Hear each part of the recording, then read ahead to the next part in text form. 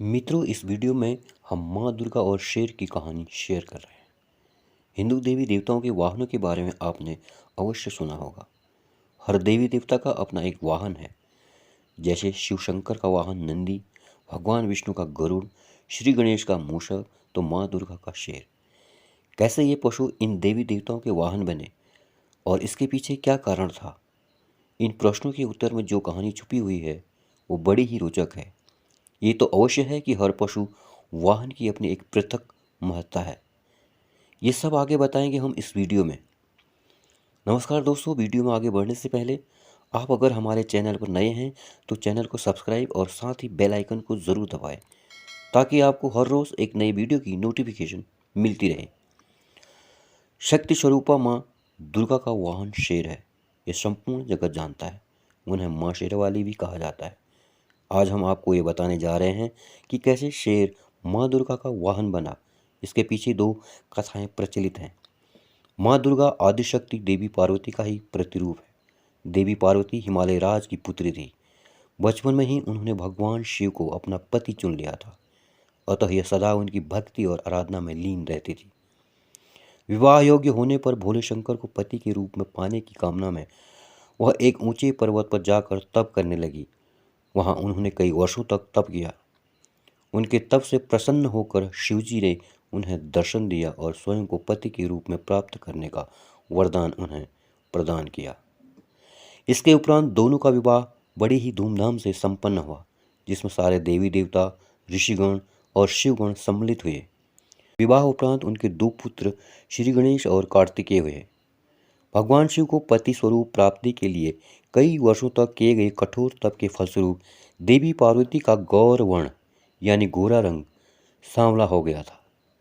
एक दिन कैलाश पर्वत पर बैठकर हास परिहास करते समय भगवान शिव ने माता पार्वती को काली कह दिया। स्वयं के लिए काली संबोधन सुन देवी पार्वती रुष्ट हो गई और गौर वर्ण यानी गोरा रंग की प्राप्ति के लिए कैलाश छोड़कर तपस्या करने वन में चली गई। वन में एक वृक्ष के नीचे बैठकर वे कठोर तप करने लगी। इस बीच एक दिन एक भूखा शेर भटकते हुए वहां पहुंचा। देवी पार्वती को देख उनका भक्षण कर उनकी क्षुधा शांत करने की मंशा से वह उनके समीप पहुंचा, किंतु देवी पार्वती के तप का तेज इतना था कि वह शेर उनका भक्षण न कर सका और वहीं बैठकर उनकी तपस्या समाप्ति की प्रतीक्षा करने लगा। माता पार्वती को तप करते हुए कई वर्ष बीत गए। इतने वर्षों तक वह शेर वहीं उनके समीप बैठा रहा। एक क्षण को भी वह अपने स्थान से नहीं हिला। अतः देवी पार्वती के तप से प्रसन्न होकर शिवजी ने उन्हें दर्शन दिए और गौर वर्ण का वरदान प्रदान किया। वरदान प्राप्ति उपरांत शिवजी के निर्देशानुसार देवी पार्वती गंगा के तट पर पहुंची। गंगा में स्नान उपरांत उनके भीतर का काला स्वरूप देवी के रूप में बाहर निकल गया और उन्हें गौर वर्ण प्राप्त हुआ। तब से उन्हें माँ गौरी भी कहा जाता है। उनके काले स्वरूप को देवी कौशिकी कहा जाता है।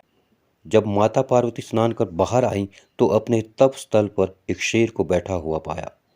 बाद में उन्हें ज्ञात हुआ कि उनका भक्षण करने आए शेर ने उन्हें अपना ग्रास नहीं बनाया और इतने वर्षों तक उनके समीप बैठा रहा। इस तरह वह भी उनके तप में सम्मिलित रहा। प्रसन्न होकर वर्षों तक तप में साथ देने वाले शेर को उन्होंने अपना वाहन बना दिया। तब से वही माँ दुर्गा का वाहन शेर है और उन्हें माँ शेरावाली भी कहा जाता है। दूसरी तरफ इस कथा का उल्लेख स्कंद पुराण में मिलता है। इसके अनुसार भगवान शिव और माता पार्वती के पुत्र कार्तिकेय और राक्षस तारक तथा उसके दो भाइयों सिंहमुखम और सुरापदमन के मध्य एक बार युद्ध हुआ, जिसमें कार्तिकेय ने उन्हें पराजित कर दिया। पराजय उपरांत सिंहमुखम कार्तिकेय से क्षमा याचना करने लगा। कार्तिकेय ने उसे क्षमा कर शेर बना दिया और माँ दुर्गा के वाहन बनने का आशीर्वाद दिया। तब से शिवमुखम शेर के रूप में माँ दुर्गा की सवारी है। दोस्तों, आपको माँ दुर्गा और शेर की कहानी से ये अवश्य पता चल गया होगा कि माँ दुर्गा शेर की सवारी क्यों करती हैं। आशा है आपको ये कथा अच्छी लगी होगी। अपने कमेंट्स के द्वारा अपनी राय अवश्य दें और साथ ही लाइक और शेयर करें।